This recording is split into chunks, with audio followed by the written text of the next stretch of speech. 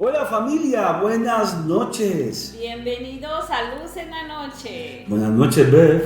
Buenas noches, Bermudín. Bueno, gracias. Gracias por estar aquí, familia. Estamos en una serie de temas sobre la fe, que es muy importante. Para crecer en nuestra vida espiritual necesitamos hacer crecer nuestra fe. Así es, porque los desafíos nos invitan a no tener una fe pasiva, sino una fe ejercitada. Una fe que con obras demuestre que es saludable. Nada, Beth, y qué mayor bendición tenemos en este tiempo en nuestra iglesia. Estamos con un seminario sobre primero Dios. Muy interesante, muy importante. Familia, si usted todavía no se ha puesto de acuerdo en su grupo, por favor, no se lo pierda. Háganos saber y nosotros le indicamos en qué grupo debe estar. Gente dispuesta que quiere enseñar a otros de lo que Dios les ha enseñado a ellos. Nada, familia, entonces nos quedamos con nuestro audio sobre esta serie de temas sobre la fe. ¿Cuál es el reto para nuestra fe? Hemos venido hablando de una de las cualidades más importantes que como hijos de Dios debemos desarrollar y mantener: la fe.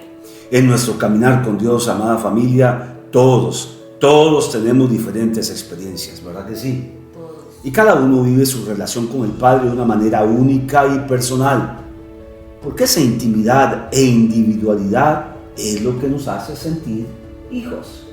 Así es, recuerde, somos únicos, pero no somos los únicos. Somos originales, pero no egoístas. Así es, muy cierto. Hablando de esa hermosa heredad de ser hijos de Dios, esto nos recuerda que cuando estamos orando, Dios nos escucha. Y lo hemos aprendido en estos días, precisamente con el seminario, el taller Primero Dios. Dios nos escucha y centra siempre su atención en nosotros, y que sus ojos siempre están puestos sobre nuestras vidas. Así que creo que sería correcto decir que para cada persona el mayor desafío de su fe ha sido diferente. Y hablando de desafíos, ¿cuál consideras tú, gente que nos escucha en Luz en la Noche, cuál usted considera que ha sido el suyo, el mayor desafío? ¿Cuál es el desafío más grande que tu fe te ha enfrentado? Que nuestra fe ha enfrentado. Así es. Pensemos, meditemos. Todos hemos pasado momentos donde hemos necesitado que la fe sea como un flotador y nos saque adelante.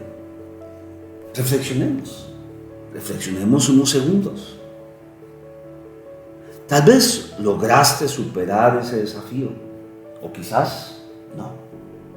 Pero todos en algún momento de nuestra vida hemos vivenciado como nuestra fe se ve estimulada y desafiada. La vida está llena de desafíos, entonces, ¿por qué nuestro caminar con Jesús no los tendría? Así es. Vamos a ver varios puntos. Uno, que es elemental y básico. Recordemos que cuando recibimos a Jesús, no recibimos una promesa de que Dios removería todos nuestros problemas. La promesa consistía en la compañía de Dios en cada uno de los desiertos que atravesáramos a lo largo de nuestras vidas, hasta que estuviéramos en el cielo con Él. Y todos atravesamos desiertos. Eso lo podemos ver claramente en muchas historias de la Biblia. Hombres y mujeres de Dios que decidieron creer y creerle, y aunque a veces fue difícil y hubo dificultades, porque esas dificultades terminan exponiendo nuestra necesidad de Dios y una gran necesidad de ser formados y transformados por esa confianza que ponemos en Dios. ¿Qué tal si vemos un ejemplo? Centrémonos en una persona en específico, uno de los 12 discípulos de Jesús, de los más reconocidos, un pescador que se convirtió en uno de los apóstoles y predicadores más importantes de la Biblia. Veamos esta historia que encontramos en Mateo 14. del 22 al 33. Enseguida Jesús hizo a sus discípulos entrar en la barca e ir delante de él a la otra ribera, entre tanto que él despedía a la multitud. Despedida la multitud, subió al monte a orar aparte, y cuando llegó la noche estaba allí solo. Y ya la barca estaba, donde iban los discípulos, en medio del mar. Comenzó a ser azotada por las olas, porque el viento le era contrario. Mas a la cuarta vigilia de la noche Jesús vino al encuentro con ellos, andando sobre el mar. Y los discípulos, viendo de andar sobre el mar, se turbaron diciendo: ¡Un fantasma!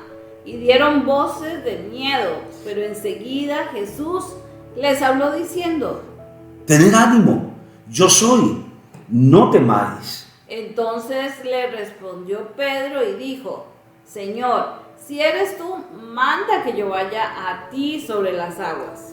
Y él dijo: Ven. Y descendiendo Pedro de la barca, andaba sobre las aguas para ir a Jesús. Pero al ver el fuerte viento, tuvo miedo y comenzó a hundirse. Dio voces diciendo: Señor, sálvame. Al momento Jesús extendió la mano, lo tomó y le dijo: Hombre de poca fe, ¿por qué dudaste? Y cuando ellos subieron en la barca, se calmó el viento. Entonces los que estaban en la barca vinieron y le adoraron diciendo: verdaderamente, este es el Hijo de Dios. La verdad, no sé ustedes, pero yo esta historia la he escuchado muchísimas veces y siempre he pensado: ay, Pedrito, ¿qué te costaba creerle a Jesús? La verdad que sí.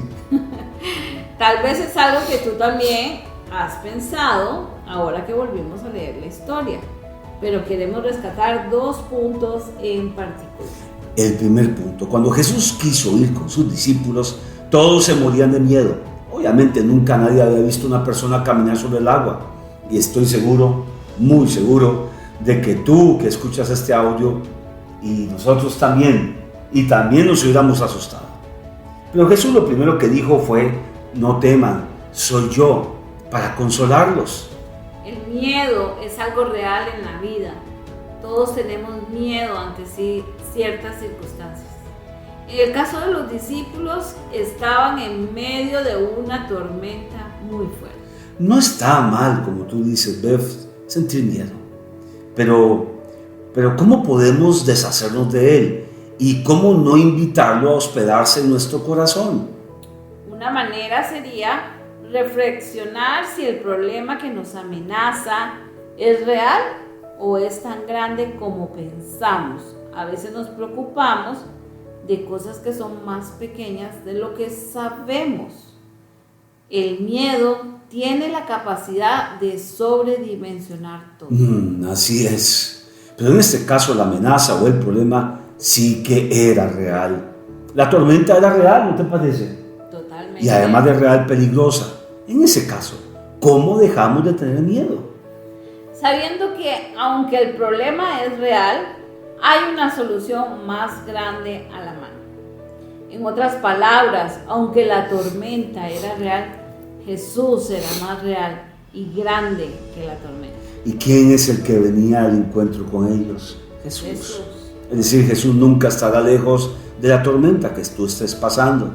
Si hay algo que aplasta lo real o imaginario, es escuchar la voz de Jesús. Veamos el segundo punto. Pedro tal vez falló y tuvo poca fe, pero fue el único discípulo que se atrevió a querer caminar sobre las aguas.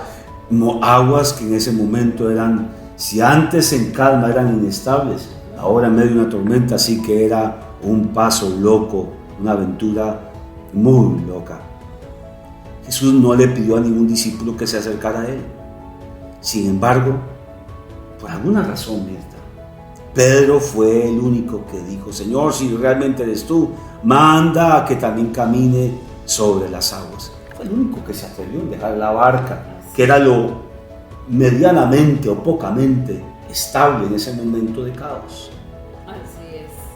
Pedro dio un paso de fe, y si dio unos pasitos sobre el agua, Pero en el momento en que puso su mirada en el viento y la tormenta, empezó a ahogarse y empezó a pedirle ayuda a Jesús. Yo prefiero intentarlo y aprender que quedarme en la barca sin atreverme y sin aprender. ¿Y ustedes? Una buena pregunta. ¿Y nosotros? Bueno, familia querida, hoy tenemos que ser como Pedro. Lo más maravilloso es que la reprimenda de Jesús al decirle hombre de poca fe vino después de que ya lo había tomado de la mano. Eso significa que Jesús nunca dejará que nuestra fe sea avergonzada y nunca nos hundiremos en el momento en el que estamos confiando en Él. Hoy la barca para muchos es una zona de confort, inestable, insegura, vulnerable. Lo único estable y seguro es la mano de Jesús que nos sostiene. Los colombianos tienen un refrán, Mirta, que dice: es mejor atajar locos que empujar bobos. Y yo creo que Pedro siempre se caracterizó por un hombre al que tuvieron que atajar por atrevido, por loco. Y otros simplemente había que empujarlos por su falta de iniciativa, por su falta de una vida de aventura de la mano de Dios. Familia querida, los planes de Dios esperan por ti y por nosotros. Espíritu Santo, gracias por esta noche de lunes 22 de mayo, ya a puertas de cerrar el 5º mes del año. Tu palabra se cumple, Señor. Los días se ven acortados. Permítenos buscarte a ti, Señor. Hay gente que necesita retomar el venir a la iglesia, el retomar su comunión con Dios. No podemos tener una fe efímera, ligera, anémica, muriéndose de hambre.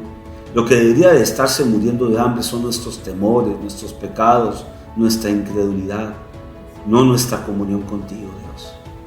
Gracias, Dios, por lo que nos enseñas a través de la vida de Pedro, que muchos en algún momento predicamos y mostramos a Pedro como un hombre dudoso, incrédulo, pero por el contrario, lo que hizo Pedro es lo que hacen los pocos, se atreven, Señor. Gracias, porque aunque Pedro se hundió, estoy seguro que si lo hubiera hecho la segunda vez, hubiera dado unos cuantos pasos más. Y si lo hubiera intentado una tercera vez, hubiera caminado más que la primera y la segunda vez. De eso se trata la fe. Señor, que muchos tomen decisiones por fe, o más bien, que todos tomemos decisiones por fe, porque no andamos por vista, sino por lo que tú revelas a nuestro corazón.